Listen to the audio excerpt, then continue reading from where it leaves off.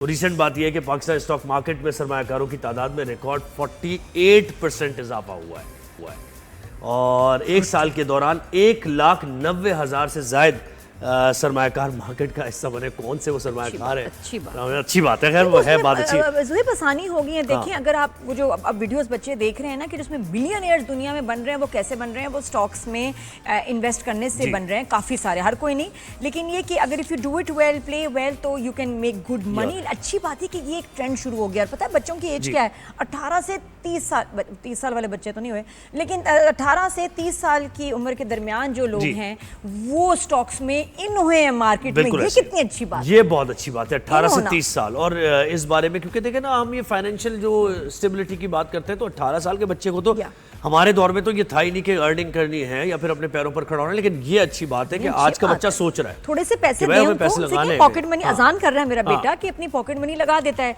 Loss हो जो भी हो, लेकिन एटलीस्ट उसने ट्राई तो किया, उसको समझ तो आई कि ओह मैं ये करूंगा तो नुकसान हो जाएगा। जहन तो चले, बजाय वीडियो गेम खेलें, फजूल चीजों पे वक्त जाया करें, दोस्तों के साथ निकल जाएं आवारागर्दी पे। अच्छा उनको कहें स्टॉक्स पढ़ें और उस पे थोड़ा सा माइंडसेट चेंज हुआ है। जरा समझें। हमारा तो माइंडसेट था बिजनेस क्या मतलब है, उस तरह सोचते ही नहीं थे। हम तो स्पेंडिंग करना जानते थे, बस ये दिला दें, ये कर दें, वो कर दें। लेकिन आज का बच्चा ये सोच रहा है कि भाई बिजनेस भी कोई चीज़ है जिससे कमाया जा सकता है।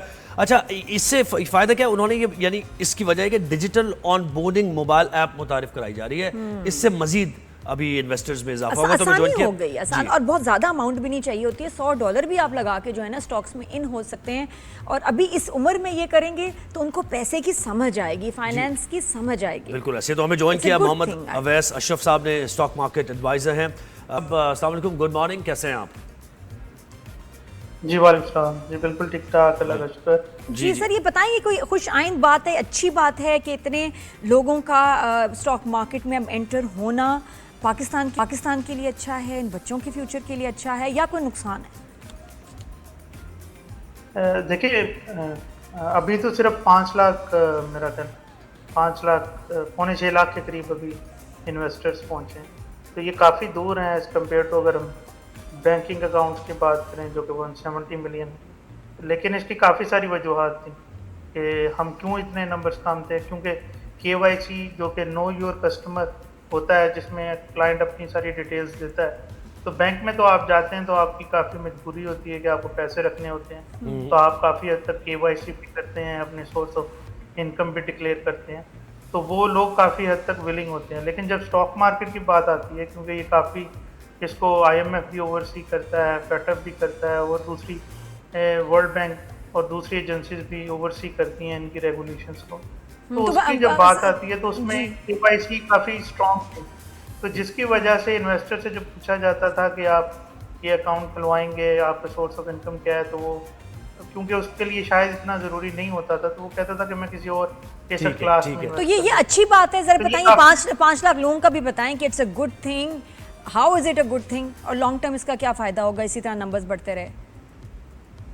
जी बिल्कुल, अगर हम बात करें तो बेस तो हमारी 3 लाख की थी, उसके ऊपर आपके 1,90,000 ऐड हो गए, तो ये काफ़ी एक बड़ा जंप है कि अगर हम देखें तो पिछले 10-12 साल में हम तकरीबन 2.5 से 3 लाख के दरमियान में चलते रहे। कभी 3 लाख हो जाते थे, फिर कुछ अकाउंट बंद हो जाते थे KYC की वजह से, तो वो हम तकरीबन 2.5 से 3 लाख के दरमियान चलते रहे। तो उससे देखें तो आप ऑलमोस्ट आपके 2 साल के अंदर डबल हो गए हैं आपके जो स्टॉक मार्केट अकाउंट है। और इसकी काफ़ी सारी वजूहत हैं। एक तो ये है कि SECP ने और PSX ने अकाउंट ओपनिंग थोड़ी इजी कर दी है, सहूलत अकाउंट्स की गुंजाइश पैदा कर दी है। फिर लोगों को भी थोड़ी सी अवेयरनेस आ गई है कि सोर्स ऑफ इनकम डिक्लेयर करने से ये ऐसे ही है जैसे आप बैंक में डिक्लेयर करते हैं, ऐसे ही आप किसी ब्रोकर को डिक्लेयर कर रहे हैं, तो आपकी कॉन्फिडेंशियलिटी जो है वो मेंटेन रहेगी।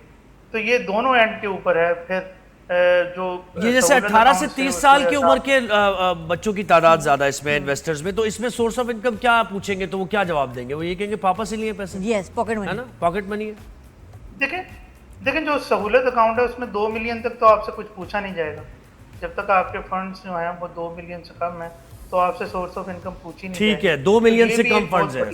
सही ये बात समझ। तो अच्छा, इसका फायदा अवैस भाई फिर बता दें प्लीज। फायदा इसका क्या होगा? ये मुल्क की इकोनॉमी के लिए कितना अच्छा है, बच्चों के फ्यूचर के लिए कितना अच्छा है? देखिए इसमें बाकी अगर आप सेविंग में रखते हैं तो आपको 8 से 10% उसमें रिटर्न मिलता है। अगर ऑन एवरेज देखें तो आपने 10% 11% कमाया होगा, किसी ने सबसे अच्छा भी कमा लिया। तो इतनी तो पाकिस्तान के अंदर इन्फ्लेशन ही हो जाती है।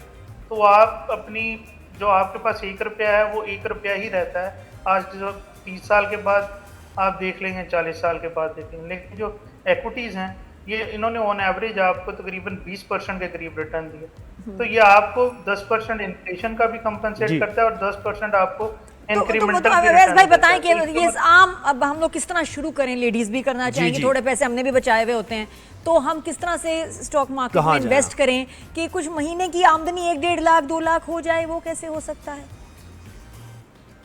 देखिए, इसके लिए बड़ा ही आसान है। आप अपने मोबाइल पे घर बैठे ऐप डाउनलोड करें, किसी भी जो अच्छे ब्रोकरेज हाउस हैं उनकी, उसको डाउनलोड करने के बाद अपनी आपका नाम पूछेगा, जो आपकी CNIC पे इंफॉर्मेशन होती है, सही। बस वो पूछी जाएगी।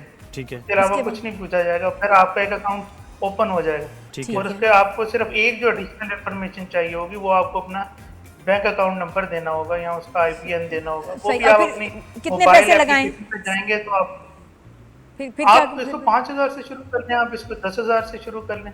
अच्छा, और करना क्या होता है? जहाँ से 5-10 आप- हज़ार लगाए, फिर उसके बाद फिर क्या नेक्स्ट स्टेप है? देखिए, सब जितने भी अच्छे ब्रोकरेज हाउसेज हैं, जो हम अगर टॉप 10 की बात करें, सबकी रिसर्च होती है, सबके रिसर्च विंग्स हैं, तो वो अपनी रिपोर्ट्स पब्लिश करते हैं जो कि इंडिपेंडेंट रिपोर्ट्स होती हैं। उनका कोई मार्केट ट्रेंड से नहीं होता। उनको गौर से पढ़ें, उनको देखेंगे कि इन स्टॉक्स में वो कह रहे हैं कि इसमें इतना रिटर्न हो जाएगा, तो उस हिसाब से अपने पैसे आप उसका 1 शेयर लें, 2 शेयर लें, आप वो शेयर रख के बाय कर लें, तो वो आपके इवेंचुअली यानी वो सर्विस प्रोवाइडर जो आप एप्स की बात करें तो ये सर्विस भी देंगे, क्योंकि देखिए रिसर्च हर किसी की नहीं होती स्टॉक में, यही। और आपके पास वक्त भी नहीं होता कि कौन सा शेयर ऊपर जा रहा है, कब बेचना है, कब पर। ये सर्विसेज उस ऐप के जरिए मिलेंगी आपको? जी, उस एप्लीकेशन के अंदर रिसर्च सर्विसेज, जैसे हमारी ऐप है AKD सिक्योरिटीज की, तो उसके अंदर रिसर्च सर्विसेज नहीं है। आप उसके ऊपर जाएं, आपको स्टॉक का वो बता रहा होगा कि अपसाइड कितनी है इसके अंदर हमारी रिसर्च के मुताबिक। फिर हमारा एक टेक्निकल भी होता है जो आपको डेली बेसिस पे बता रहा है। लेकिन इन्वेस्टर्स को जो इनिशियली मार्केट में आते हैं तो उनको टेक्निकल इतना रिकमेंड अच्छा, म्यूचुअल फंड्स में भी लोग कर रहे हैं आजकल। फंडामेंटल म्यूचुअल फंड्स के बारे में बताएं, आजकल बड़ा इसका रुझान बढ़ता जा रहा है, ये भी बड़ा इजी है प्रोसेस। जी, इसमें भी म्यूचुअल फंड आपको हर तरह की अपॉर्चुनिटी देता है। वो आपको फिक्स इनकम की भी देता है, वो आपको इक्विटीज की भी देता है, वो आपको मिक्स फंड की भी देता है। तो उसमें आप किसी तरह भी आपने म्यूचुअल फंड में पैसे डाल दिए, फिर आप उसको कह सकते हैं कि मुझे इक्विटीज में सिर्फ एक्सपोजर लेना है, फिक्स इनकम में। लेकिन डायरेक्ट इन्वेस्टमेंट और म्यूचुअल फंड के थ्रू सिर्फ इतना फ़र्क है कि म्यूचुअल फंड की एक थोड़ी सी फीस होती है, वो चार्ज करते हैं। और जो कि अगर आपका डायरेक्ट फंड होगा या डायरेक्ट आपका अकाउंट होगा जो कि इजीली एक्सेसिबल है, तो उसमें आप जो है वो अवैस भाई, मतलब मैं चाह रही हूँ सिंपल सा कोई कोर्स कर लिया जाए इसके लिए, या थोड़ा सा रिसर्च बड़ी ज़रूरी है? मैं तो कहती हूँ जेमिनाई से सीधा सीधा पूछें, तो प्रॉम्प्ट क्या डालूँ? अगर मैं ये सीखना चाहती हूँ तो मैं इसको क्या कहूँ, हे जेमिनाई तुम मुझे सिखाओ कि, उर्दू में भी पता पूछ सकते हैं कि अब ये मुझे जुमला बता दें ताकि मैं ये प्रॉम्प्ट लिख दूं कि मैं सीखना चाहती हूँ कि कैसे मैं इन्वेस्ट करूँ स्टॉक मार्केट में सेफली। तो क्या कहूँ जेमिनाई को, जेमिनाई प्लीज़ मुझे बताओ कि, अब आप मुझे प्रॉम्प्ट बताएं, आगे जुमला पूरा करें। आप उसमें कर सकते हैं कि मैं एक रिस्क वर्स इन्वेस्टमेंट जा रहा हूँ,